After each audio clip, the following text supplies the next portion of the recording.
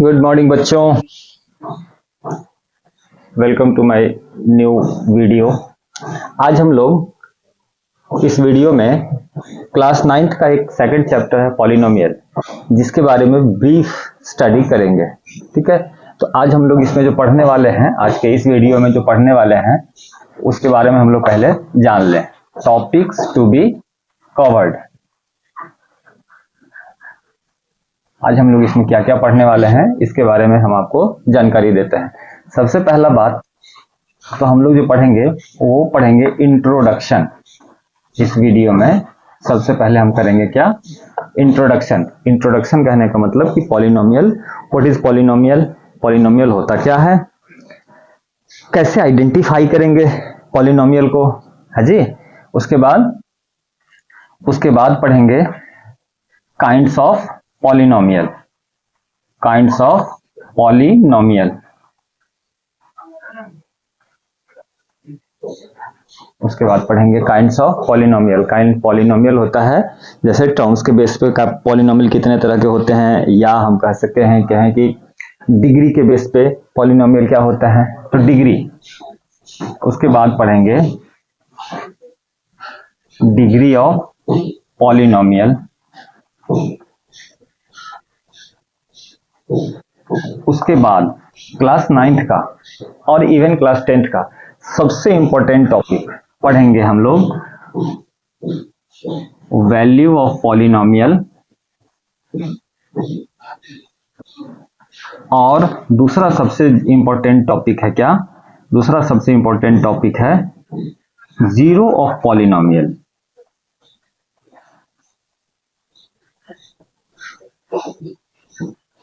हम लोग इस सारे टॉपिक्स को डिस्कवर करेंगे, इसके बारे में ज्यादा डिटेल में आज के वीडियो में पढ़ेंगे।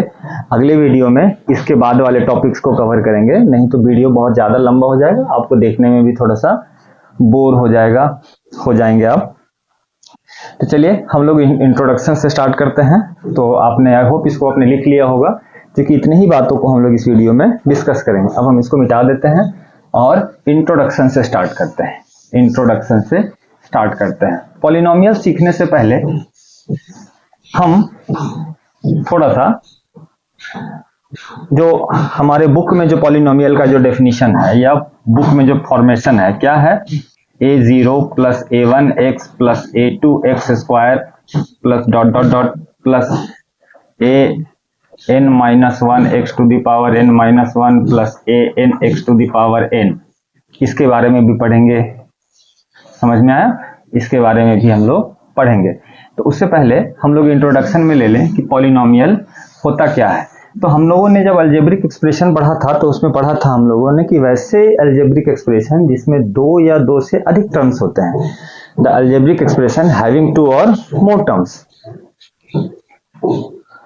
The algebraic expressions having two or more terms are called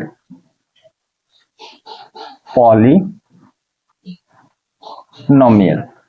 जैसे इसका एग्जांपल था कि अगर हम लिखे यहाँ पे 4x प्लस 7, तो क्या ये पॉलिनोमियल है? हाँ, हो सकता है। हम थोड़ा और इसको इलाबोरेट करें, 4x प्लस 7y पॉलिनोमियल है? तो हाँ है। क्यों? क्योंकि इसमें हमने क्या लिखा है, हैविंग टू, और टू का मतलब हो गया दो, या मोर, दो से ज्यादा। टू और मोर का मतलब क्या हो गया कि दो या दो से ज्यादा, दो या दो से ज्यादा। तो वैसे अलजेब्रिक एक्सप्रेशन जिसमें दो या दो से अधिक टर्म्स होते हैं उसको हम लोग पॉलिनोमियल कहते हैं। अब इसी कड़ी में हम इसको देखें, मान लो कि हम लिखे 2a plus 3b minus 7c, क्या ये पॉलिनोमियल है? बिल्कुल पॉलिनोमियल है। क्यों भाई? क्योंकि इसमें दो से अधिक टर्म्स है, इसमें दो से अधिक टर्म्स है, इसके लिए हम इसको पॉलिनोमियल कहेंगे। क्लियर है? कोई डाउट नहीं है? आगे बढ़े। अब हम लोग काइंड्स ऑफ पॉलिनोमियल पे देखते हैं। काइंड्स ऑफ काइंड्स, हम इसको बेटर होगा कि काइंड्स ऑफ पॉलिनोमियल की जगह पे काइंड्स ऑफ एल्जेब्रिक एक्सप्रेशन भी कहें। तो on the basis of terms, on the basis of terms हम पॉलिनोमियल को डिफाइन करते हैं कैसे? मोनोमियल में। मोनोमियल मतलब क्या है कि हैविंग ओनली वन टर्म। ये सारी बातें हम शॉर्ट में आपको समझा रहे हैं, क्यों? क्योंकि ये सारी बातें हम लोगों ने क्लास 8 में ऑलरेडी पढ़ लिया है। अगर आप नहीं पढ़े हैं तो एक बार क्लास 8 के बुक को रेफर करेंगे, आपको सारी बातें क्लियर हो जाएगी कि मोनोमियल क्या होता है। तो जिसमें हैविंग ओनली वन टर्म। उसके बाद होता है बाइनोमियल। उसके बाद होता है बाइनोमियल जिसमें कितने होते हैं? Having only two terms. उसके बाद होता है ट्राइनोमियल।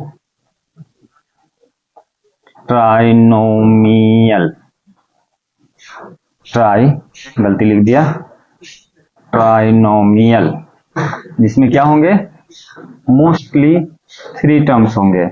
उसके बाद होता है क्वाड्रीनोमियल। क्वाड्री का मतलब ही होता है 4, तो जिसमें 4 टर्म्स होंगे उसको क्वाड्रीनोमियल कहते हैं। और एक होता है पॉलिनोमियल जिसको कहते हैं क्या? 2 और मोर टर्म्स। इसको हम लोग कहते हैं पॉलिनोमियल। आई होप पॉलिनोमियल का डेफिनेशन आपको समझ में आ गया होगा कि हम इसको पॉलिनोमियल क्यों कहते हैं। क्लियर है? बात समझ में आ गई? ये हम लोग अभी क्लास 8 को रिकॉल कर रहे थे। अब हम तो आपने इसका स्क्रीनशॉट ले लिया होगा। अब आगे बढ़ते हैं।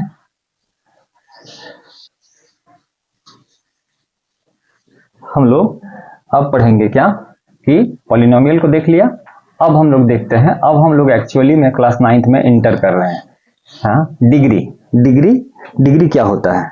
डिग्री को डिफाइन करने के लिए हम लोग क्लास 8 में ही वो पढ़े थे, 5 चैप्टर पढ़े थे, exponent and power, square and square root. तो इससे पता चला होगा ना कि डिग्री क्या मतलब होता है। डिग्री होने का मतलब क्या है कि किसी नंबर के ऊपर जो पावर लिखते हैं, जैसे हम लिखे 4 स्क्वायर, तो इस 4 का डिग्री एक्चुअली में क्या है? 4 का डिग्री क्या है? 2 है ना। तो इसी तरह से अब हम लोग डिग्री को अलजेब्रा में यूज करेंगे। तो डिग्री क्या होता है? डिग्री होता है maximum power of a variable,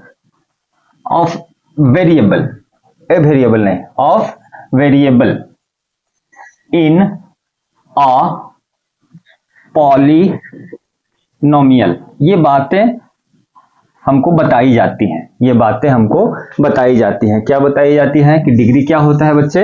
तो maximum power of variable in a polynomial, कि किसी पॉलिनोमियल में वेरिएबल का जो मैक्सिमम पावर होता है वो उसका डिग्री कहलाता है। उसके बाद एग्जाम्पल होता है, जैसे हमने लिखा 4x² + 7, मान लेते हैं इसको।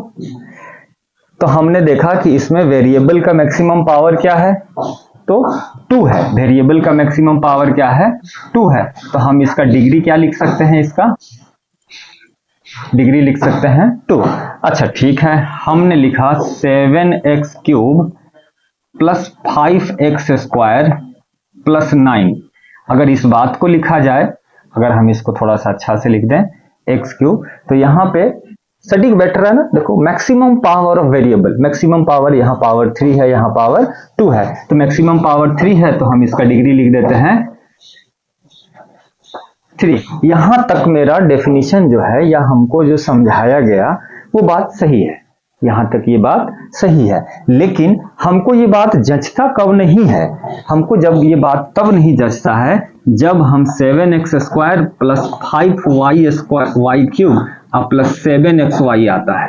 तो इस तरह के जो पॉलिनोमियल्स आते हैं तब हम इसमें कंफ्यूज हो जाते हैं। क्या कि maximum power of variable in a polynomial में हम इस वेरिएबल का मैक्सिमम पावर लें या इस वेरिएबल का मैक्सिमम पावर लें या दोनों का लें, क्योंकि मैक्सिमम पावर है, पावर्स नहीं है कि हम दोनों का ले लें। तो मैक्सिमम पावर माने हमको किसी एक का पावर लेना होगा।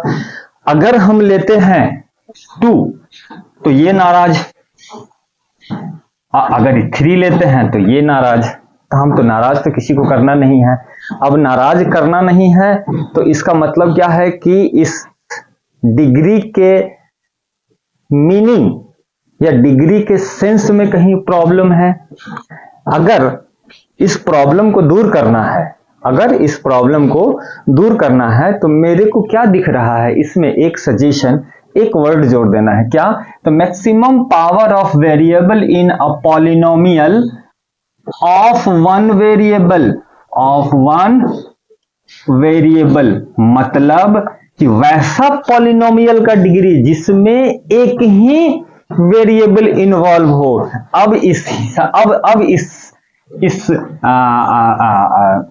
एक्सप्लेनेशन को पढ़ने के बाद ऑटोमेटिकली हम इसको भी पॉलिनोमियल नहीं है ऐसा नहीं कह सकते हैं, लेकिन हमको अगर डिग्री मांगा जाए तो हम दे नहीं सकते हैं।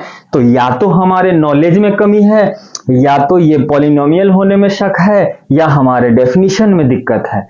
लेकिन अगर हमने सिर्फ वन वेरिएबल लगा दिया तो ये पॉलिनोमियल का पॉलिनोमियल रह गया, मेरा जो सेंस है डिग्री का वो भी कायम रह गया, और हम कह सकते हैं कि ये हमारे सेटअप में फिक्स नहीं बैठता है। So we can not consider this example, we can not consider this example. Clear है? अब ये हमको, अब हमारे जो सिलेबस में है या हमको जो पढ़ना है, हमारे जो करिकुलम में है, अब हमारे करिकुलम में या हमारे डेटाबेस में ये पॉलिनोमियल फिक्स नहीं बैठता है तो हम इसको मिटा देते हैं। और अब हमारा सटीक, देखो इस पे भी बैठ रहा है, इस पे भी बैठ रहा है। अगर हम लिखें 5x square plus 2x cube plus 7x का पावर 5 माइनस 9, अब देखो तो हमको क्या लिखना है? Maximum power of variable in a polynomial of one variable. ये देखो सबसे पहले बात देखना है कि इसमें कितने वेरिएबल है, एक वेरिएबल है। अब पावर यहाँ 2 है, यहाँ 3 है, यहाँ 5 है, तो मैक्सिमम पावर कितना है भैया? मैक्सिमम पावर है 5। तो डिग्री ऑफ पॉलिनोमियल क्या हो गया? 5 हो गया। डिग्री ऑफ पॉलिनोमियल क्या हो गया? 5 हो गया। क्लियर है? आई होप आपको डिग्री का जो कॉन्सेप्ट है वो क्लियर हो गया होगा। आपने इसका स्क्रीनशॉट भी ले लिया होगा, नहीं लिया है तो ले लो, आई एम वेटिंग। उसके बाद अब हम आगे बढ़े, इसको मिटा लेते हैं। अब हम पढ़ते हैं क्या? अब हम पढ़ते हैं कि kinds of polynomial, kinds of polynomial.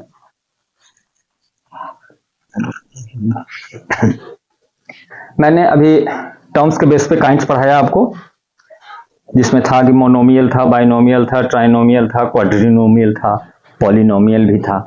उसमें हमने बताया पॉलिनोमियल का डेफिनेशन क्या, कि जिसमें मैक्सिमम कम से कम 2 हो, मैक्सिमम 2 से ज्यादा जितना हो जाए, तो उस सारे वेरिएबल को हम क्या कहते हैं, एक्सप्रेशन को क्या कहते हैं?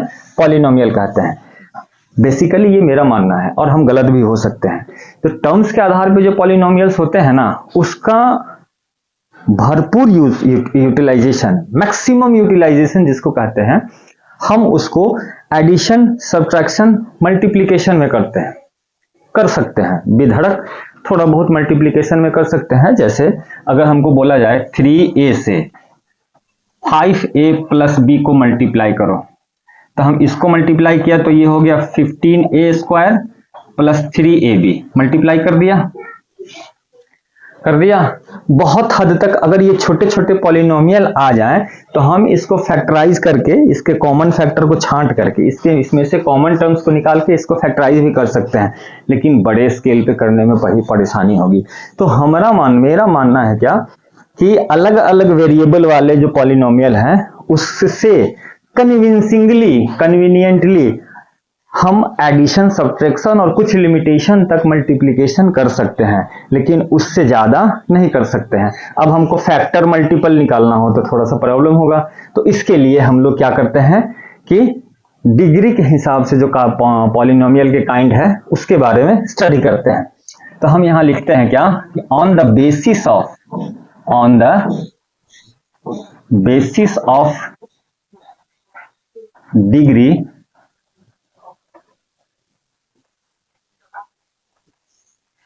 पॉलिनोमियल्स आर, कितने तरह के हैं भाई, चलो एक बार देख लेते हैं। एक होता है लीनियर पॉलिनोमियल,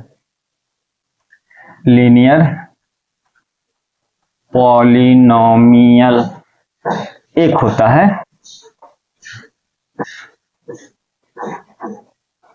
क्वाड्रेटिक पॉलिनोमियल, एक होता है क्यूबिक पॉलिनोमियल, एक होता है बाई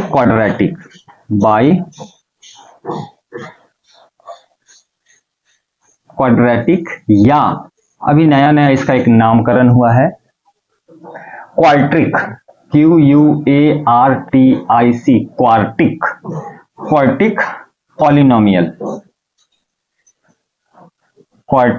पॉलिनोमियल। और एक होता है जो हमारे बुक में नहीं है, सिलेबस में नहीं है, लेकिन जान लेते हैं। जानने में क्या नुकसान है, हम लोग पढ़ते हैं polynomial of degree n degree वाले पॉलिनोमियल। ये 5 तरह के पॉलिनोमियल हैं, इस लेक्चर के बाद या इस टॉपिक के खत्म होने के बाद हम आपको समझाएंगे, हम आपको डिफरेंस बताएंगे किसमें, लीनियर पॉलिनोमियल और लीनियर इक्वेशन, हम आपको डिफरेंस बताएंगे। क्वाड्रेटिक पॉलिनोमियल और क्वाड्रेटिक इक्वेशन हम आपको डिफिनेशन बताएंगे, क्यूबिक पॉलिनोमियल और क्यूबिक इक्वेशन में। ये बहुत जरूरी चीज है, बहुत थिन लाइन डिफरेंस जिसको कहते हैं, जिसको आप ना अपने विजुअलाइज कर सकते हैं, जिसको आप बहुत माइन्यूटली अगर आप उसको देखेंगे तो आप उसको डिसाइड करेंगे कि भाई अरे ये पॉलिनोमियल है, ये इक्वेशन है, वो देखना है। और वो बहुत जरूरी है। हम किसी इक्वेशन को पॉलिनोमियल की तरह सॉल्व करेंगे तो मार्क्स मेरा कटेगा, हम किसी इक्वेशन को पॉलिनोमियल की तरह सॉल्व करेंगे तो मेरा मार्क्स कटेगा। और मेरा जो भी लेक्चर होगा, क्योंकि मैं बोर्ड में स्पॉट इवेल्युएटर रह चुका हूं, कॉपी करेक्शन में जा चुका हूं, तो मुझे पता है कि बच्चों का नंबर कहां कहां डिडक्ट होता है, क्यों डिडक्ट होता है। जब आपका कॉपी करेक्शन होता है, जब आपका कॉपी इवेल्युएशन में जाता है तो आपका सॉल्यूशन तो देखा जाता है। सबसे ज्यादा जरूरी चीज क्या देखी जाती है कि जिस समय आप क्वेश्चन सॉल्व कर रहे थे उस समय आपका थॉट प्रोसेस उस क्वेश्चन के सेंस में क्या था, और जैसा आपका थॉट प्रोसेस होगा वैसा ही आपका सॉल्यूशन निकल के आता है और उसी हिसाब से आपका मार्क्स आता है। इसीलिए कभी कभी क्या होता है कि हम घर पे आकर के बहुत खुश होते हैं कि मेरा एग्जाम बहुत अच्छा गया, मेरा बहुत नंबर अच्छा आया, मेरा नंबर 80% प्लस आएगा, और पता चलता है कि बाप रे नंबर तो 60% पे आके टूट गया। बहुत दुख होता है। हमको ये छोटी छोटी गलतियां नहीं दिखती हैं। तो मेरा जो भी लेक्चर होगा, मेरा जो भी सॉल्यूशन होगा और मेरा जो भी कमेंट होगा किसी टॉपिक को लेकर के, किसी क्वेश्चन को लेकर के, वो एग्जैक्टली टू द पॉइंट होगा, जो कि हमको बोर्ड में रिलेटेड है, जो हमको बोर्ड में मार्क्स इवैल्यूएशन में हमारी मदद करेगा, हमारे मार्क्स को बूस्ट करने में मदद करेगा। और जब मेरा मानना है क्या है ना, कि जब किसी चीज के बारे में आपको थॉरोली नॉलेज हो, कॉन्सेप्चुअल नॉलेज होने का मतलब क्या है कि कॉन्सेप्ट आपका उस टॉपिक पर क्लियर हो, तो आपको उस तरह के किसी भी प्रॉब्लम को सॉर्ट आउट करने में प्रॉब्लम नहीं आएगा, दिक्कत नहीं आएगी। दूसरा क्या है ना कि आजकल के बच्चे हैं, हम आप जैसा करते हैं, हम भी अपने स्टूडेंट लाइफ में शायद करते होंगे, पता नहीं, अब हमको तो टीचर बनने के बाद ये बात पता चला कि हम किसी क्वेश्चन के आंसर पे जाके स्टिक कर जाते हैं कि अरे हमको इस क्वेश्चन का आंसर मिल गया, बड़ी अच्छा है। आप इस बात को ध्यान रख लो बच्चे कि अगर कोई क्वेश्चन बना है तो उससे पहले उसका आंसर बना होगा। अगर कोई क्वेश्चन बना उससे पहले उस क्वेश्चन का आंसर बना होगा। बिना आंसर के क्वेश्चन फ्रेम नहीं किया जा सकता है। जैसे तुम कभी अपने इंग्लिश वाले टीचर से, किसी भी सब्जेक्ट के टीचर से पूछना कि सर क्वेश्चन करना आसान है या आंसर देना आसान है, आपको रिप्लाई मिलेगा कि आंसर देना आसान है, क्वेश्चन करना बहुत मुश्किल काम है। अब हम तुमसे पूछे व्हाट इज योर नेम, आपने व्हाट की जगह पे माई लगा दिया तो लिख दिया माई नेम इज फलाना, my name is so and so, I am studying in class so and so. लेकिन हमको तुम्हारा नाम पूछने के लिए हमको ये पहले सोचना पड़ता है कि हमको क्या पूछें कि तुम्हारा नाम में निकल के आ जाए, है ना। तो मेरा मानना है कि क्वेश्चन पहले जरूरी है, बातें बाद में करेंगे। हम लोग अभी लीनियर पॉलिनोमियल की तरफ चलते हैं। तो हमारा पहला टॉपिक है क्या, linear polynomial. Linear polynomial, linear polynomial को देखते हैं क्या है लीनियर पॉलिनोमियल में, कि द पॉलिनोमियल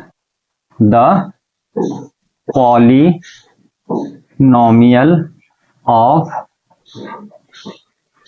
डिग्री 1, माने वैसा पॉलिनोमियल जिसका डिग्री कितना हो, 1 हो। तो 1 डिग्री वाले पॉलिनोमियल को हम लोग क्या कहते हैं, इज कॉल्ड लीनियर पॉलिनोमियल। ठीक है, तो वैसा पॉलिनोमियल जिसका डिग्री कितना हो, 1 हो, तो उस तरह के पॉलिनोमियल को हम लोग कहते हैं लीनियर पॉलिनोमियल। अच्छा, डिग्री वाले पॉलिनोमियल में एक फायदा और है कि इसका एक स्टैंडर्ड फॉर्मेट होता है, ये इसी फॉर्मेट में होगा। जैसे हमारे स्कूल का एक ड्रेस होता है, हमारे स्कूल का एक ड्रेस कोड होता है, हमारे स्कूल का एक टाइमिंग होता है, हमारे स्कूल का एक सिलेबस होता है। तो उसी तरह से हमारे लीनियर पॉलिनोमियल का भी एक स्टैंडर्ड फॉर्मेट होता है। जैसे हम उसको कैसे कहते हैं कि the standard format of linear polynomial is होता है ax plus b, where a and b are any real number. देखो सारा रहस्य इसी में छिपा हुआ है, where a and b are any real number. a और b क्या हो सकते हैं, एनी रियल नंबर, कोई भी रियल नंबर हो सकते हैं। इसका मतलब 0 भी हो सकते हैं, तो इसलिए हम यहाँ पे क्लियर कर देते हैं, and a is not equals to 0, a कभी 0 नहीं होगा, a 0 नहीं होगा, a कभी 0 नहीं होगा। अब इसका एग्जाम्पल देखते हैं। एग्जाम्पल देखने के लिए हमको ऊपर से रब करना पड़ेगा।